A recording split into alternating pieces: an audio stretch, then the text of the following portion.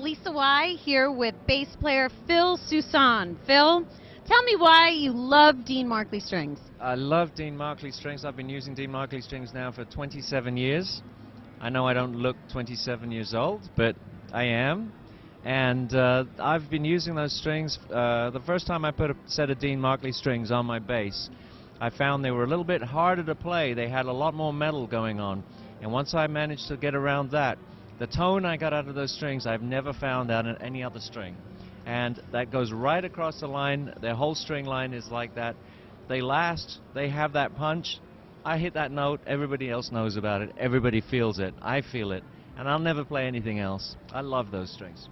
And which are your favorite line that you play right now? What are you playing right now?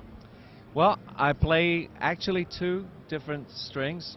I've always loved the blue steel strings. I did 3 ads for Dean Markley with blue steel, and those strings sit on, I would say, 60% of my guitars, and the other 40% of my guitars tend to be 5-string basses, and for those I use the SR2000s because I like the way they wind over the bridge, and I can keep a pretty low action on my 5 strings, and I love those too.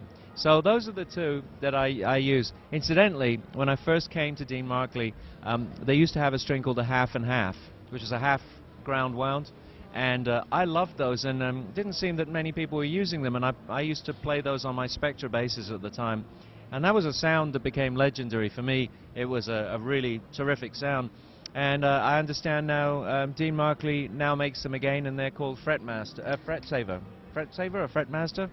The black and white ones. The black and white ones. Go look for the black and white ones. Those are also fantastic as well.